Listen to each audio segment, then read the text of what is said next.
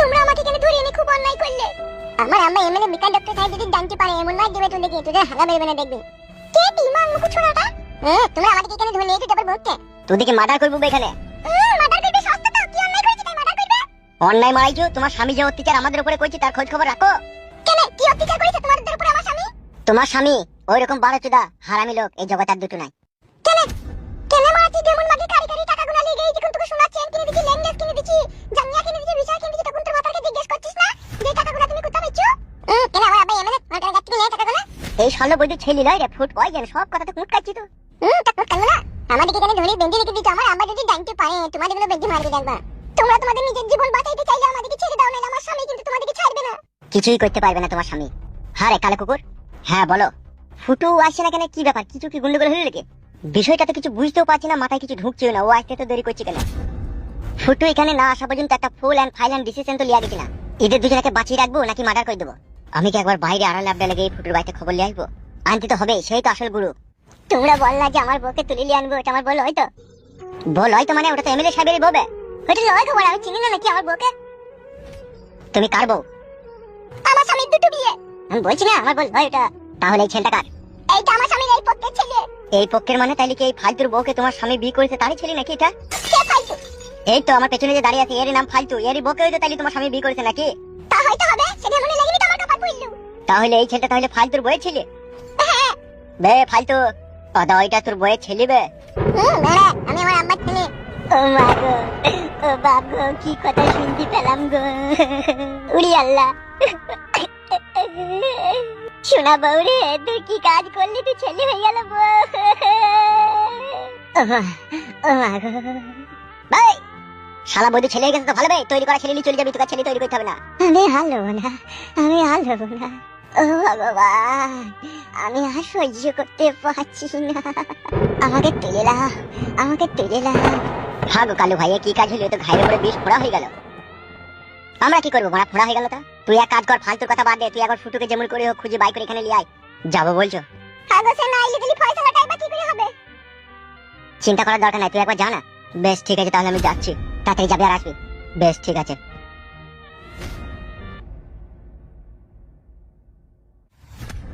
বে দূরে এটা আমাকে কেমন ভাবে সাজা দিছিস বে? গায়ে মারাছিস নাকি? শালা হারামিরা দেশে সরকার এইভাবে সাজা দেয় না বে মানুষকে।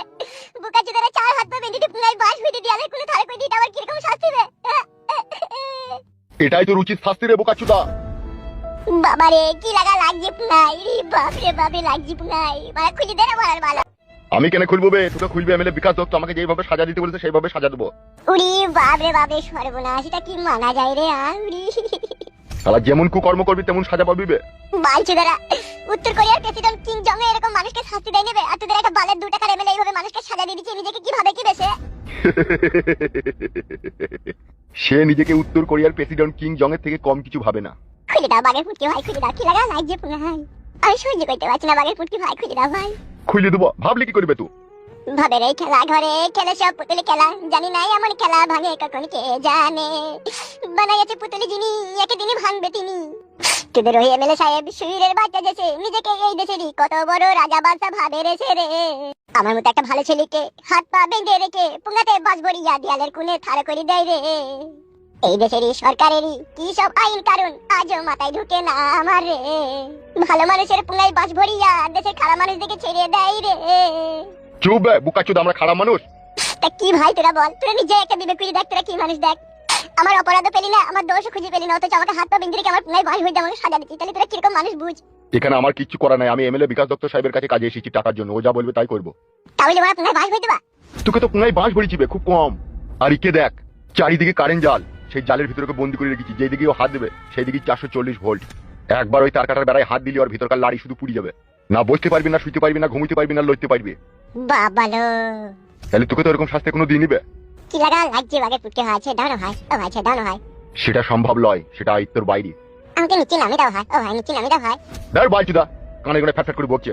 যতক্ষণ না এমএলএ বিকাশ দত্ত সাহেব এখানে না আসবে ততক্ষণ তো ওইভাবেই থাকবে। সে এসে ফয়সালা করবে কি করবে কি না করবে। সহ্য করতে পারছি না ভাই, লাগছে। লাগার জন্যই তো তোকে এরকম কঠিন শাস্তি দিতে হবে। ওইভাবেই থাক, সে আসুক তারপরে ফয়সালা হবে।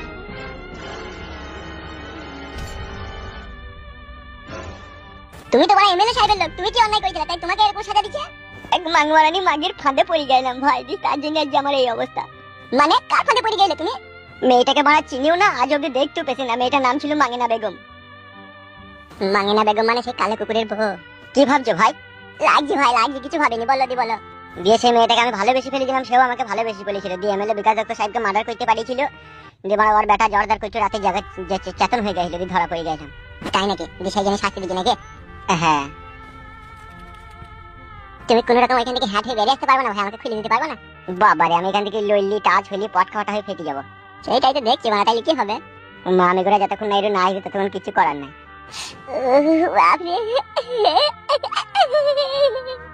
কি শাস্তি রে! রে বাপরে, বাপের জীবনে এরকম শাস্তি দেখে দিবে। চুপ করো, কেন্দ্রে লাভ হবে না, চুপ করো। সহ্য করতে পারছি না ভাই, ওই প্যান্টটাই আটকে যাবে। প্যান্টটা যদি কোনো রকম ফুট করে ফেটে যায় তাহলে পোস্ট করে ঢুকে যাবে ভাই। দেখতে তো পেছি আমি। আমি মনে মনে ভাবলাম এমএলএ বিকাশ দত্ত সাহেব আমাকে গুলি করলো, তার রাগ মিটে গেল। কিন্তু না, শালা খানকি ছেলে আমাদের পেছু ছাইলো না। আমিও তো সেটাই ভাবলাম বাবা, আপনার ছেলে ভালো হয়ে গেল, আজ ওর ঝামেলা করবে না। কিন্তু এই উড়ু ছাই গায়ে এসে পড়বে আমি ভাবতেও পারিনি। ভালো ছেলে হয় না বলা যায়, লোকের গায়ে কাটি দিদি বেড়াইলে আর কি হবে বলে, এরকমই তো হবে। ওই রকম কথা বলিস না মা, সে কিছুদিন আগে অনেক ভালো হয়ে গিয়েছিল, আমাকে অনেক ভালোবেসেছিল। হ্যালো, এখন কি করবি বল? এখন আর কিছু করার আছে? তুমি যাও নারকেল বেগম এমএলএ বিকাশ দত্ত সাহেবের কাছে। মাঙ্গু ছোড়া, আমি মেয়ে মানুষ হয়ে এমএলএ সাহেবের কাছে যাব? আর ও পুরুষ, ও মদা পুরুষ, ও বসে বসে হুকুম করবে খাটি। এমা আবার যদি দেয়, আবার যদি আমাকে গুলি মেরে দেয় এমএলএ সাহেব, তখন কি হবে? গুলি মারবে, মরবে। ওইরকম ছেলে পয়দা দিতেই বা কে বলে? কাকা, কি ব্যাপার তুমি এখানে? আমি ফুটুর খোঁজে এসেছি, ও কাল থেকে আমাদের সাথে দেখা করেনি, সেই জন্য এলাম। ও বাড়িতে নেই? বাড়িতে নেই তো। তাহলে কোথায় গিয়েছে কাকা? আমাকে একটা লোক ধরে গিয়েছে। কি বলছে কাকা বাবু আপনার লাকি? ও ঠিকই বলছে, এমএলএ বিকাশ দত্ত সাহেবের লোক ওকে এখান থেকে ধরে গেছে। কবে কাকা, কবে? পরশুদিনকে সকালে। তাই নাকি কাকা? হ্যাঁ গো ছেলে, হ্যাঁ। বিকাশ দত্ত, তো রক্ত কুকুরকে খাওয়াবো। গো ছেলেও, বলো কাকিমা। আমার জামাইটাকে যে এমএলএ বিকাশ দত্ত সাহেব তুলে নিয়ে গেল, কিছু তোমরা একটা অত বন্ধ হও, কিছু একটা ব্যবস্থা করো। ও ভাই কালো কুকুর ভাই, আমার ছেলেটাই দুদিন থেকে রাতে ভাত খেয়েছে না, কাঁদছে ওর বাপের লেগে। ওর বাপকে যেমন করে হোক ছাড়িয়ে আনার ব্যবস্থা করে দাও ভাই তোমরা। ঠিক আছে বৌদি, তুমি কান্না করো না, তুমি কান্না করো না। দাও ভাই, যেমন করে হোক আমার স্বামীকে তোমরা এমএলএ বিকাশ দত্ত সাহেবের কাছ থেকে ছাড়িয়ে এনে দাও ভাই। এলা কান্দিস না, লবণ করি তো কান্দিস না লো।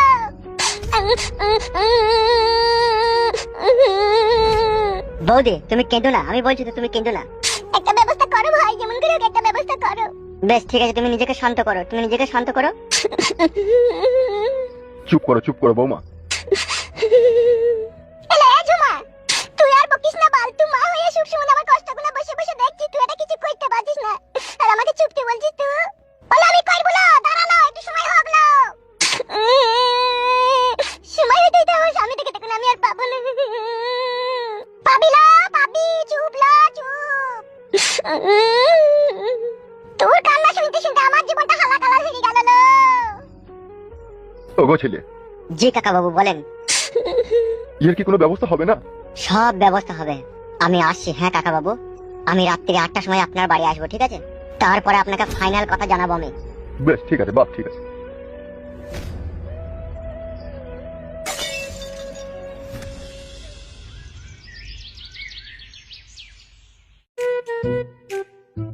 বাল, আমার চাবিটায় কাজ হচ্ছে না কেন? ছি বাড়া, কালকে বুমটা ফাটাবার, আজকে বুমটাই কোনো কাজ করছে না। এই সে চেষ্টা করি একবার দেখি।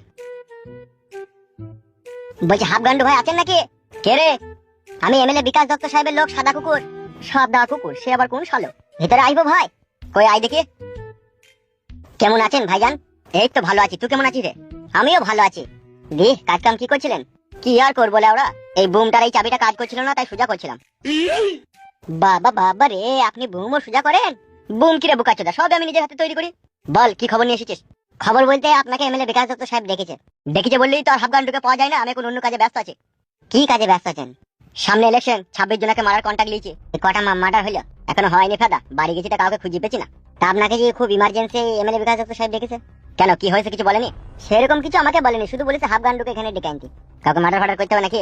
হইলেও হয়তো হইতে পারে, তবে কিন্তু আমি শিওর জানি না। বাল মুকুচুদা, এমএলএ বিকাশ দত্ত সাহেবের পুলিশ চুল করে ধরে ঝুলে থাকিস বেতু।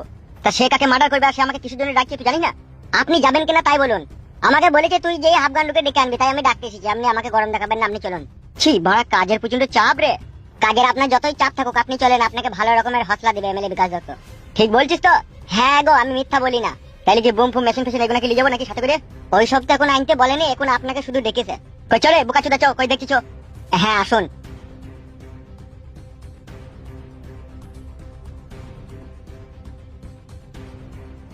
কি বলছেন এমএলএ বিকাশ দত্ত সাহেব? আপনার সাথেই কাজ করতো কালো কুকুর, আবার আপনার বউ ছেলেকে কিডন্যাপ করেছে? ওই জন্যই তো আমার বুকের ভিতরে আগুন জ্বলছে হাফগান্ডু, যে আমার খেয়ে আমারই বউ ছেলেকে কিডন্যাপ। এখন আমাকে কি করতে হবে বলুন? যদি আমাকে মার্ডার করতে বলেন তাহলে বুকের কাছ থেকে লাভি অব্দি চিরি 1.5 কেজি টাকা নুন ভরে দেবো ভিতরে, তারপর ঘুম শুয়ে আর সুতলি দড়ি দিয়ে সেলাই করে দেবো। আর এটা যদি না হয় তার থেকে কঠিন শাস্তি আমার কাছে আছে বিকাশ দত্ত বাবু।